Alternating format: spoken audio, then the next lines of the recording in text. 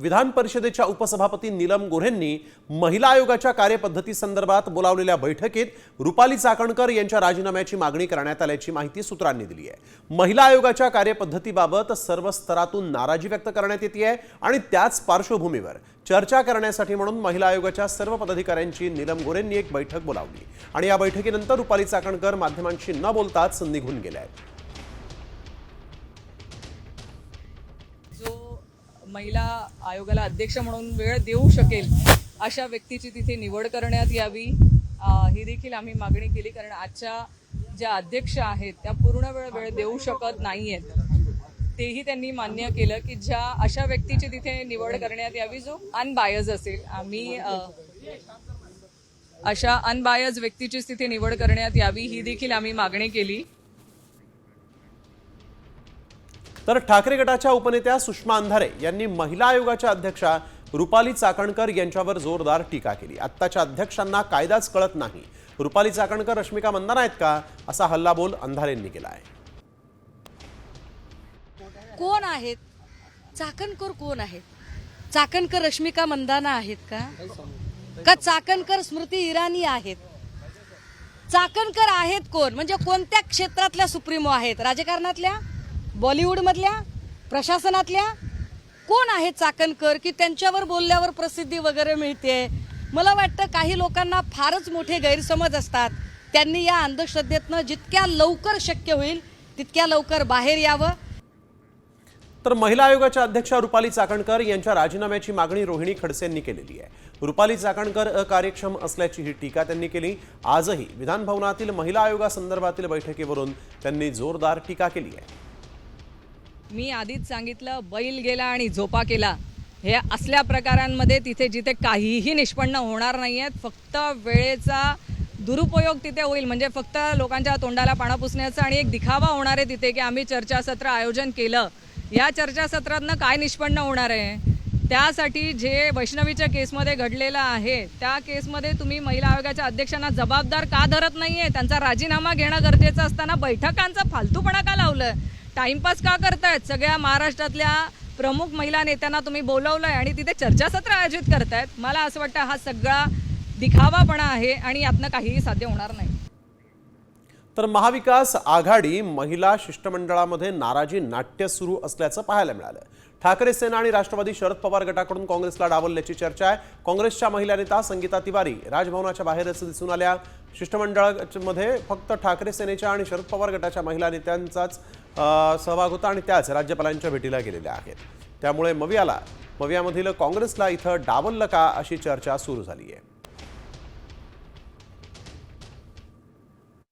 मला हा प्रोटोकॉल खरंच कळला नाहीये।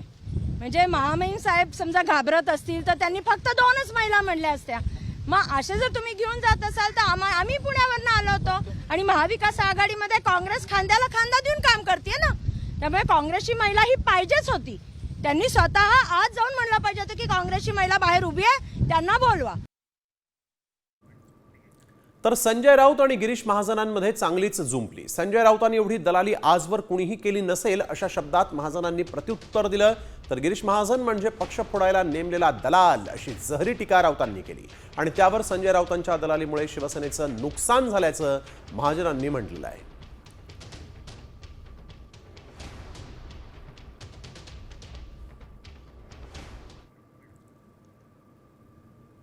हातात पोलीस आहेत, पैसे आहेत प्रचंड, टेंडरबाजीतून, खंडणीतून, आणि त्या ताकदीवर लोकांना धमक्या देऊन पक्ष फोडायचे। आणि त्यासाठी जे दलाल नेमलेले आहेत भाजपने, त्यातले एक दलाल म्हणजे गिरीश महाजन, पक्ष फोडणे। मला त्यांच्याविषयी का फार बोलावं असं वाटत नाही। पुढे जाणार पक्ष, ज्या दिवशी आमच्याकडे सत्ता असेल त्या दिवशी पक्ष बदलणारा पहिला माणूस गिरीश महाजन असेल। उद्धवजींना त्यांच्या शिवसेनेला त्या ठिकाणी शरद पवार साहेबांच्या मांडीवरून बसवलं, काँग्रेसच्या मांडीवरून बसवलं आणि त्यामध्ये जी दलाली केली तेवढी दलाली तर मला वाटतं आजपर्यंत कोणी केलेली नसेल। आणि आपल्याला माहिती आहे, दलालीचा विषय कराल तर गोरेगावच्या पत्रसाळीमध्ये आपण काय केलं, किती दिवस जेलमध्ये राहिलात, तर मला बोलायला लावू नका। आणि मला वाटतं जर उद्धवजींनी यांना जर आवडलं नाही तर पुढे कोणीही यांच्याकडे राहणार नाही. सगळी अगदी जमीनदोस्त शिवसेना होणार आहे. तर वळूया पुढील बातमीकडे. वैष्णवी हगवणे आत्महत्या प्रकरणामध्ये मोठी बातमी समोर आलेली आहे. वैष्णवीनं गळफास घेतलेल्या पंख्याची फॉरेन्सिक चाचणी होणार आहे. पंखा किती वजन पेलू शकतो याचीही चाचणी होणार आहे.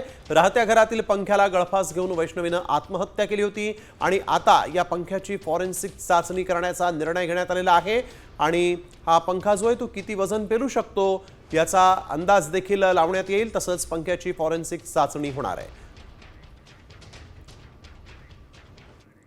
तर सांगलीतील एका खासगी हॉस्पिटलची तोडफोड करण्यात आली. विश्रामबाग चौक इथल्या आदित्य हॉस्पिटलची वंचित बहुजन आघाडीनं तोडफोड केली. राज्य कामगार विमा योजना आणि बांधकाम कामगार योजनेअंतर्गत मोफत उपचार असून देखील रुग्णांकडून पैसे घेण्यात येत असल्याचा आरोप यावेळेस वंचितनं केला आहे. तोडफोड करणाऱ्या वंचितच्या कार्यकर्त्यांना पोलिसांनी ताब्यात घेतलेला आहे.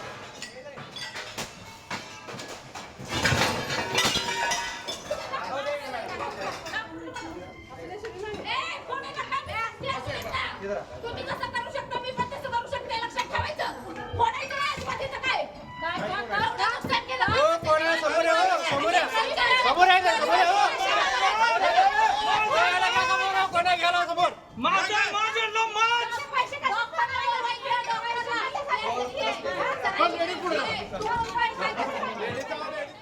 तर वळूया पुढील बातमीकडे. लातूर जिल्ह्यातल्या शिरूर ताजबंच जवळ शेतमोजणीच्या वादातून जोरदार राडा झाला. 6 जणांनी दोघांना बेदम मारहाण केलेली आहे. त्यांच्यावर रुग्णालयामध्ये उपचार सुरू आहे.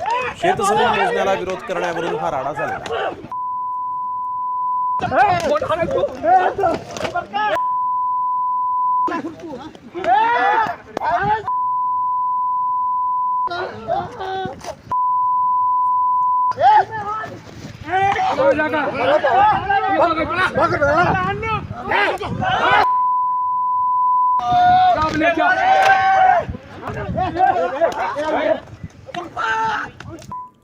सोलापुरात तुफान राडा झालाय. या ठिकाणी 2 गटात झालेल्या तुंबळ हाणामारीचा एक व्हिडिओ व्हायरल होतोय. दगडफेक करत रॉड तसंच बॅटच्या साह्यानं मारहाण करण्यात आली. यामध्ये 7 जण जखमी झालेले आहेत. दरम्यान पोलिसांनी घटनास्थळी धाव घेत परिस्थिती नियंत्रणात आणली आहे. या प्रकरणी 15 जणांच्या विरोधात गुन्हा दाखल करण्यात आलेला आहे.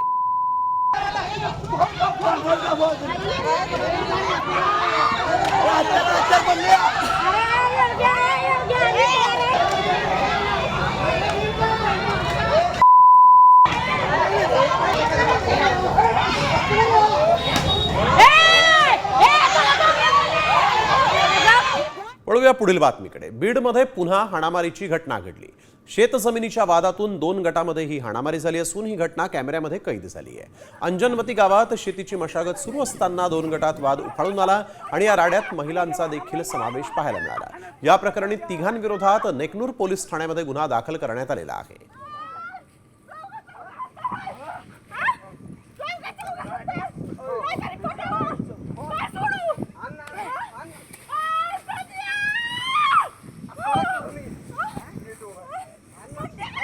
मुंबई आंतरराष्ट्रीय विमानतळावरून मोठ्या प्रमाणात प्राण्यांची तस्करी होत होती आणि त्यावर आता कारवाई करण्यात आलेली आहे. 44 इंडोनेशियन पीट वायपर सापांसह 5 आशियाई लिफू टर्टल जातीची कासवं आणि 3 स्पायडर टेल्ड हॉर्नेट वायपर जे ते जप्त करण्यात आलेले आहेत. कस्टम विभागानं ही कारवाई केलेली असून एका प्रवाशाला अटक करण्यात आली आहे.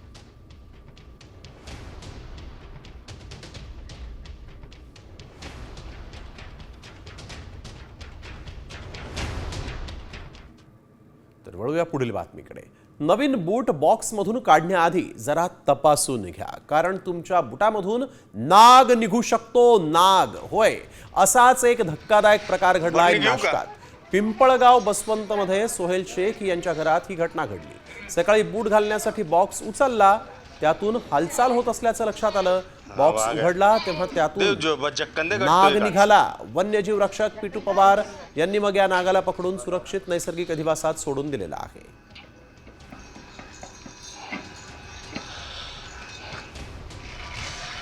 पकडा बरणी घेऊ का?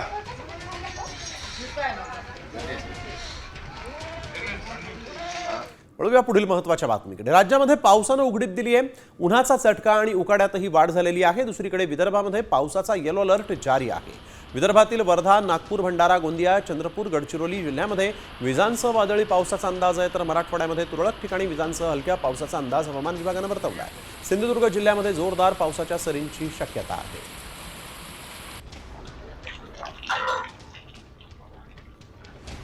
सिंधुदुर्ग, वर्धा, नागपूर, भंडारा, गोंदिया, चंद्रपूर, गडचिरोली या भागामध्ये पावसाचा येलो अलर्ट आहे.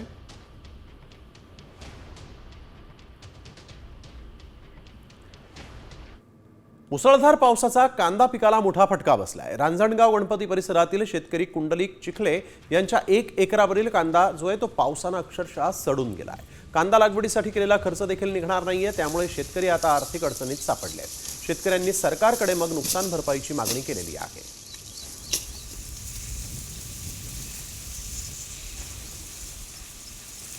शिरूर तालुक्यामध्ये सतत 15 दिवस पडत असणारा पाऊस व त्यामध्ये काल रांजणगावमध्ये मुसळधार पाऊस झालेला आहे व त्या पावसामध्ये तुम्ही पाहू शकता आमच्या कांद्याचे भरपूर असे नुकसान झालेले आहे. माझी राज्य शासन व कृषी मंत्र्यांकडे कळकळीची विनंती आहे. हा नुकसान भरपाई आम्हाला तुम्ही कांद्याचा पंचनामा करून द्यावी अशी विनंती करतो. आणि आता मुंबईकरांसाठी एक महत्त्वाची बातमी आहे. मुंबईमध्ये पाणी पुरवठा करणाऱ्या धरणांमधील पाणीसाठ्यात झपाट्यानं आता घट होत आहे. 7 प्रमुख धरणांमधील एकूण पाणीसाठा केवळ 12% पोहोचलाय. मात्र तरीही मुंबईतील पाणी पुरवठ्यावर परिणाम होणार नसल्याची माहिती मुंबई महापालिकेनं दिली आहे.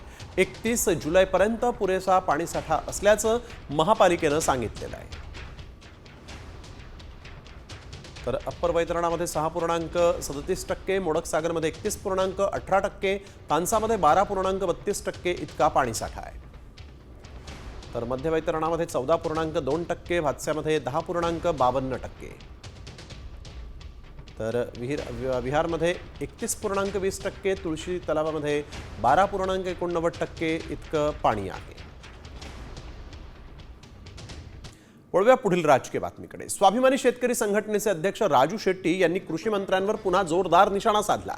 कृषी मंत्री नाशिक जिल्ह्याचे असून ते शेतकऱ्यांबाबत बेजबाबदार वक्तव्य करण्याचं काही सोडत नाहीत, त्यामुळे त्यांना मंत्रिमंडळात ठेवू नका अशी मागणीच राजू शेट्टींनी केली आहे. एवढं सारं नुकसान होत असताना नाशिक जिल्ह्याचेच कृषी मंत्री असताना त्या कृषी मंत्र्यांनी मात्र बेजबाबदारपणे जे काही वक्तव्य करायचे ते काही सत्र त्यांनी थांबवलेलं नाही आहे. पंचनामे कशाची करायची हे जर का कृषी मंत्र्यांना कळत नसेल आणि मग ढेकळाचे पंचनामे करायचे का, द्राक्षाचे करायचे का, डाळिंबाचे करायचे का, आणखीन करायचे, हा सवाल जर का ते शेतकऱ्यांना जर विचारत असतील तर मला असं वाटतं की फार आधीच आम्ही मागणी केलेली होती. जेव्हा त्यांनी शेतकऱ्यांची तुलना बेकाऱ्यांच्यावर केली होती त्याचवेळी या माणसाला काही कृषी खात्यात तरी कमीत कमी ठेवू नका असं मी मागणी केली होती. बातमी साम टीव्हीच्या दणक्याची आहे. जुन्नरमधील पिकांच्या नुकसानीची बातमी साम टीव्हीनं दाखवली होती. केंद्रीय कृषी मंत्री आज याच भागामध्ये होते, मात्र त्यांनी त्याकडे पाठ फिरवली. मात्र सामच्या बातमीनंतर कृषी मंत्र्यांनी शेताच्या बांधावर जाऊन पाहणी केली आणि यावेळेस त्यांनी टोमॅटोचा लवकरच पीक विम्यामध्ये समावेश केला जाईल असंही सांगितलेलं आहे. वायरस अटैक के कारण ये फसल बर्बाद हुई है टमाटर की, क्योंकि 35 डिग्री सेंटीग्रेड के ऊपर अगर तापमान जाता है तो ये वैरायटी नहीं टिकती. और बारिश से भी थोड़ा नुकसान हुआ है, लेकिन वायरस से हुआ है ये जो नुकसान दिखाई दे रहा है सब बीमारी के कारण. ये क्लाइमेट चेंज का भी असर है, क्योंकि अब तापमान काफ़ी बढ़ने लगा है. तो साइंटिस्ट हमारे साथ हैं सारे, और डीडीजी हार्टिकल्चर भी मेरे साथ है. हम लोग अब ऐसी वैरायटी भी तैयार करेंगे जो ज़्यादा तापमान में भी सर्वाइव कर सके. तर पावसानं लाल टोमॅटोचा पार चिखल करून ठेवलाय. लालबुंद झालेले टोमॅटो अक्षरशः सडून गेले आहेत. शेतकऱ्याचा आता या सगळ्या दृश्याला पाहून कंठ दाटून येतोय. बीडच्या राम शेळकेंचं 7 लाख रुपयांचं नुकसान झालेलं आहे. लालबुंद टोमॅटो जे आहेत ते पुरते सडून गेलेले आहेत. या पावसानं टोमॅटोचा अक्षरशः शेतामध्ये चिखल केलेला आहे. जेव्हा माझ्या हाताला तोडणीस आलं त्या टायमाला पावसाचा असा कहर झाला की अक्षरशः 1 कॅरेट सुद्धा माझ्या नशिबात नाही आलं. पूर्ण प्लॉट हा पाण्याने पावसाने उद्ध्वस्त झाला. पूर्ण आज माणसं लावून उपटून टाकण्याची माझ्यावर वेळ आली. माझे एक 6 ते 7 लाख रुपयाचं नुकसान आहे, प्लस तोडणीचा बांधणीचा खर्च एक 80-90 हजार रुपये, आणि परत जर हा प्लॉट लावायचा म्हणलं तर 80-90 हजार, असे माझे 7-8 लाख रुपये माझा खर्च झाला आहे. मी मोलमजुरी करणारा माणूस आहे. मी आज परपंच कसा हाकायचा? निदान आम्हाला 1 लाख, 1.25 लाख, 1.5 लाख काय तुम्हाला आर्थिक मदत होईल तेवढी करावी. केंद्र सरकारनं निर्यात प्रोत्साहन योजनेअंतर्गत केलेल्या नव्या बदलांचा फटका कांदा निर्यातदारांना बसणार आहे. आतापर्यंत निर्यातीवर मिळणारी 1.9% इतका परतावा सवलत केंद्रानं 1 जून 2025 पासून पूर्णतः रद्द केली आहे. त्यामुळे भारतीय कांद्याची परदेशी बाजारामध्ये स्पर्धा करण्याची क्षमता कमी होण्याची शक्यता आहे आणि या योजनेचा उद्देश भारतीय उत्पादकांना आंतरराष्ट्रीय बाजारपेठेमध्ये स्थानिक करांचा परतावा देऊन स्पर्धात्मक बनवणं हा आहे.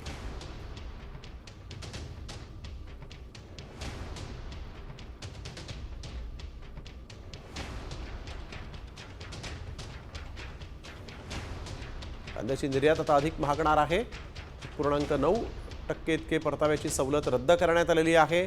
त्यामुळे आता कांद्याची निर्यात करणाऱ्या शेतकऱ्यांना निर्यात प्रोत्साहन योजनेत कांद्याला जबर झटका बसल्यामुळे ही सवलत रद्द झालेली आहे आणि त्यामुळे कांदा निर्यात उत्पादक जे आहेत त्यांना मात्र त्याचा त्रास होणार आहे.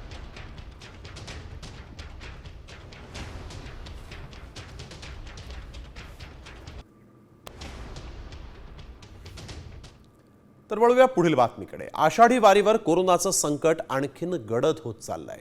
माळशिरसच्या वेळापुरात कोरोनाचा एक नवा रुग्ण आढळून आला आणि त्यामुळे माळशिरस तालुक्यात कोरोना रुग्णांची संख्या 4 इतकी झाली. आषाढीच्या तोंडावर कोरोना रुग्णसंख्या वाढू लागल्यामुळे चिंता व्यक्त होतीये. त्यामुळे नागरिकांनी काळजी घ्यावं असं आवाहन जिल्हा प्रशासनाकडून करण्यात आलेलं आहे. देशभरात कोरोना रुग्ण संख्या जी आहे ती वाढतीये. संसर्गही मोठ्या प्रमाणात वाढत असून महाराष्ट्रातही रुग्णसंख्येतील वाढ ही कायम असल्याचं दिसतंय. या पार्श्वभूमीवर केंद्र सरकारनं मार्गदर्शक सूचना जारी केलेल्या आहेत. या मार्गदर्शक सूचनांच्या कारवाईसाठी राज्याच्या आरोग्य विभागानं पाऊल उचललेलं आहे. वृद्ध, सहव्याधीग्रस्त आणि रोगप्रतिकारक शक्ती कमी असलेल्या व्यक्तींनी गर्दीच्या ठिकाणी मास्क वापरावा असं आवाहन करण्यात आलेलं आहे आणि याचबरोबर आरोग्य यंत्रणांच्या सज्जतेचा आढावा घ्यायलाही सुरुवात झालेली आहे. वृद्ध आणि रोगप्रतिकारक शक्ती कमी असलेल्यांनी मास्क वापरा. श्वसन विकाराच्या रुग्णांवर बारकाईनं लक्ष ठेवा. सर्वेक्षण करा. पॉझिटिव्ह रुग्णांचे नमुने विषाणूचा प्रकार ओळखण्यासाठी तपासणीसाठी पाठवा.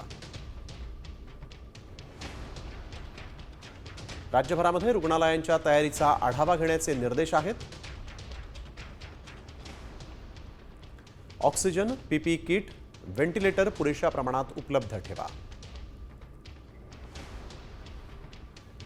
तर नागपूरमध्ये कोरोनाचे 2 नवे रुग्ण आढळलेले आहेत. नागपुरात जानेवारी ते एप्रिलच्या तुलनेत मे महिन्यात कोरोना रुग्णांच्या संख्येत किंचित वाढ झाली होती. मे महिन्यामध्ये 10 कोरोना रुग्णांची नोंद झालेली आणि यावर्षी एकूण 13 कोरोना रुग्णांची नोंद झाली असून 11 रुग्ण उपचारानंतर बरे झाले आहेत. ताप, घसा दुखणं किंवा खवखवणं यासारखी लक्षणं 48 तासानंतर कायम असल्यास डॉक्टरांचा तातडीनं सल्ला घेण्याच्या सूचना पालिकेच्या आरोग्य विभागाकडून देण्यात आलेल्या आहेत.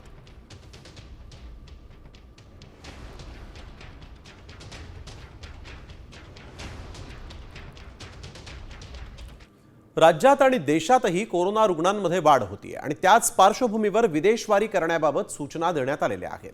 5 देशांमध्ये प्रवास करणं टाळा असा इशारा तज्ज्ञांनी दिलेला आहे.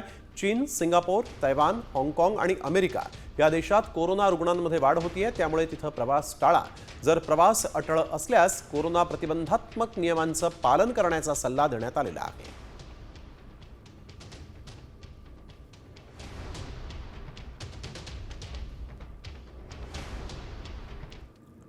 बकरी ईदच्या पार्श्वभूमीवर गुरांचा बाजार सुरू राहण्याची शक्यता आहे. आगामी बकरी ईदसाठी राज्यात प्रशासनाकडून योग्य नियोजन करण्यात आलेलं आहे.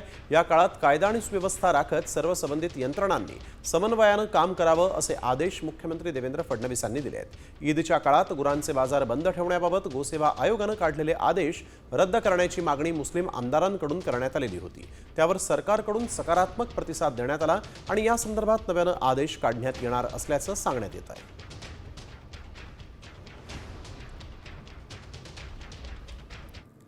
विमान चालवण्याचं, आकाशात उंच भरारी घेण्याचं स्वप्न अनेक जण बघतात. मात्र आत्तापर्यंत या स्वप्नासाठी एक मोठी अट होती. 12वीमध्ये सायन्स शाखा असावी लागते, ज्यामुळे अनेक हुशार आर्ट्स आणि कॉमर्स शाखेतील विद्यार्थी या क्षेत्रापासून वंचित राहायचे. मात्र आता ही परिस्थिती बदलण्याची शक्यता निर्माण झाली आहे. हवाई वाहतुकीचं नियमन करणाऱ्या भारताच्या सर्वोच्च संस्था DGCAनं फक्त एक महत्त्वपूर्ण शिफारस केलेली आहे, ज्यामुळे आता आर्ट्स आणि कॉमर्स शाखेतील विद्यार्थ्यांनाही पायलट होता येणार आहे.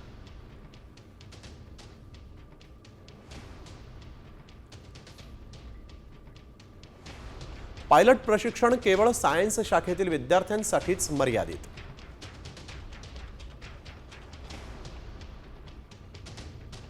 इतर शाखेतील विद्यार्थ्यांना ओपन स्कूलिंगद्वारे फिजिक्स, मॅथ्सचे पेपर देऊन पात्रता मिळवावी लागत होती.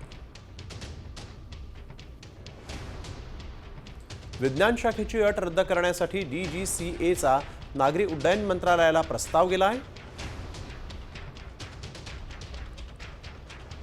मंजुरी मिळाल्यास कुठल्याही शाखेतील 12वी उत्तीर्ण विद्यार्थी पायलट प्रशिक्षणासाठी अर्ज करू शकणार आहे. महिलांसह ग्रामीण भागातील हजारो विद्यार्थ्यांसाठी एव्हिएशन करिअरचे दरवाजे खुले होणार आहेत.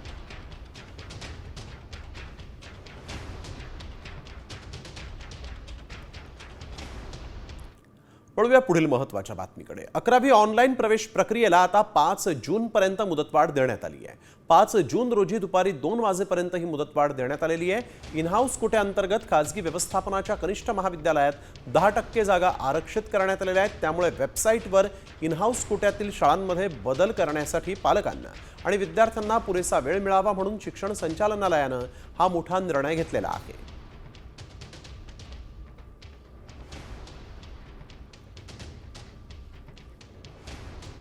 तर आणखीन एक महत्त्वाची बातमी. हृदयरोग असणाऱ्यांना नवसंजीवनी देणारी ही बातमी आहे. कारण नॉर्थ वेस्टर्न युनिव्हर्सिटीच्या शास्त्रज्ञांनी एक क्रांतिकारी असा शोध लावलाय. तांदळा एवढ्या पेसमेकरचा हा शोध आहे. हा पेसमेकरचं सर्वात मोठं वैशिष्ट्य म्हणजे त्याची जैवविघटनशील रचना. हृदयाचे ठोके नियमित झाल्यावर साधारणतः 5 ते 7 आठवड्यांमध्ये हे उपकरण शरीरामध्ये पूर्णपणे विरघळतं. त्यामुळे त्याला काढण्यासाठी पुन्हा शस्त्रक्रिया करण्याची गरज नाही. त्यामुळे शस्त्रक्रियेशी संबंधित धोके आपोआप टाळले जातील. हा शोध विशेषतः जन्मजात हृदयविकार असलेल्या नवजात बालकांसाठी आणि हृदय शस्त्रक्रिया झालेल्या प्रौढ रुग्णांसाठी वरदान ठरू शकतो. या क्रांतिकारी शोधामुळे रुग्णांचे उपचार हे अधिक सुरक्षित आणि सुलभ होणार आहेत. तर तांदळाच्या दाणे एवढा हा पेसमेकर कसा काम करतो पाहूयात ग्राफिक्सच्या माध्यमातून. नॉर्थ वेस्टर्न युनिव्हर्सिटीच्या शास्त्रज्ञांनी हा क्रांतिकारी शोध लावलाय. छोटासा पेसमेकर इंजेक्शनद्वारे थेट हृदयावर बसवता येतो. कोणत्याही तारा, बॅटरी किंवा शस्त्रक्रियेची गरज नाही. हृदयाचे ठोके नियमित झाल्यावर पेसमेकर शरीरामध्ये पूर्णपणे विरघळतो. तांदळा एवढा पेसमेकर रुग्णांसाठी नवसंजीवनी ठरणार आहे.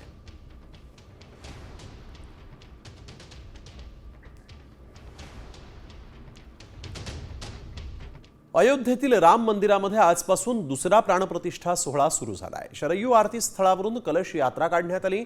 रामलल्लानंतर राजा रामचंद्राची प्राणप्रतिष्ठा करण्यात येणार आहे. राम मंदिराच्या पहिल्या मजल्यावर राम दरबार आहे. यासोबतच शिवलिंग, गणपती, हनुमान, सूर्य भगवती आणि अन्नपूर्णा मूर्तीची प्राणप्रतिष्ठा करण्यात येणार आहे. आजपासून 5 जूनपर्यंत प्राणप्रतिष्ठा सोहळा सुरू राहणार आहे.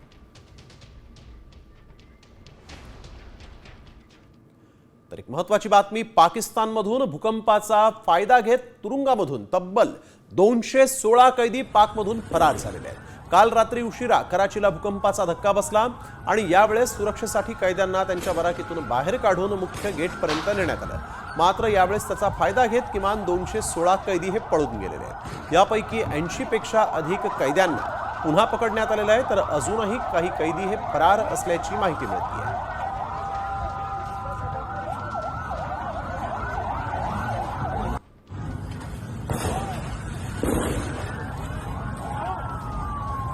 रशिया आणि युक्रेनमधील शांतता चर्चेदरम्यान युद्धबंदीवर कोणताही निर्णय झालेला नाही. मात्र युद्धात मारल्या गेलेल्या 6,000 सैनिकांच्या मृतदेहाची देवाणघेवाण करण्यावर एकमत झालेलं आहे. काही देशात तरुण सैनिक आणि गंभीर आजारी कैद्यांच्या सुटकेवरही सहमती झाली आहे. दोन्ही देशांमधील युद्ध अधिक तीव्र होत असताना कैद्यांच्या देवाणघेवाणीचा हा करार झालेला आहे. युक्रेननं अलीकडेच रशियन एअरबेसवर हल्ला केला आणि त्यांची 40हून अधिक बॉम्बर विमानं जी आहेत ती नष्ट केल्याचं समोर आलं होतं.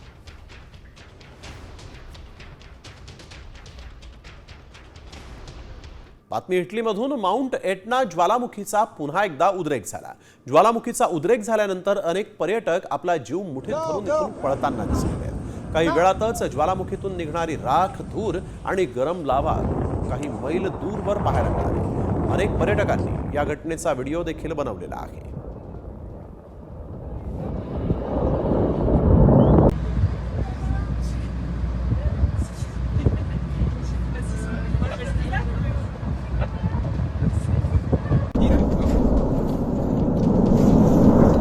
रॉयल चॅलेंजर्स बंगळुरू आणि पंजाब किंग्समध्ये IPLची फायनल होणार आहे. या सामन्यामध्ये कोण जिंकणार?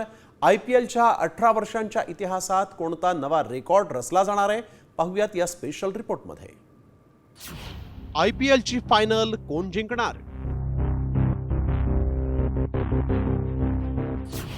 18 वर्षांनी नवा इतिहास घडणार?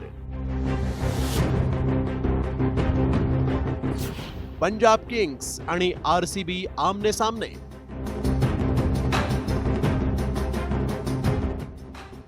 IPL 2025 आता अंतिम टप्प्यावर येऊन ठेपली आहे. मुंबई इंडियन्स आणि पंजाब किंग्स यांच्यात झालेल्या क्वालिफायर 2चा सामना क्रिकेट प्रेमींची उत्सुकता शिगेला पोहोचवणारा ठरला. मुंबई विरुद्ध पंजाब सामन्याचा टॉस झाल्यावर पावसानं खोडा घातला आणि त्यानंतर झालेल्या या सामन्यात पंजाब किंग्सनं मुंबई इंडियन्सचा 5 गडी राखून दारुण पराभव केला. श्रेयस अय्यरनं 27 चेंडूमध्ये दमदार अर्धशतक ठोकलं. दुसरीकडे रोहित शर्मा, बुमराह आणि बोल्ट चमकदार कामगिरी काही करू शकले नाही. आता रॉयल्स चॅलेंजर्स बंगळुरू आणि पंजाब किंग्समध्ये फायनल होणार आहे. विशेष म्हणजे दोन्ही संघांनी आजपर्यंत कधीही विजेतेपद पटकावलेलं नाही. त्यामुळे यंदा IPLला नवे चॅम्पियन्स मिळणार आहेत. पंजाब किंग्स आणि RCB सामना रंगणार. गुजरातच्या नरेंद्र मोदी स्टेडियमवर सामना.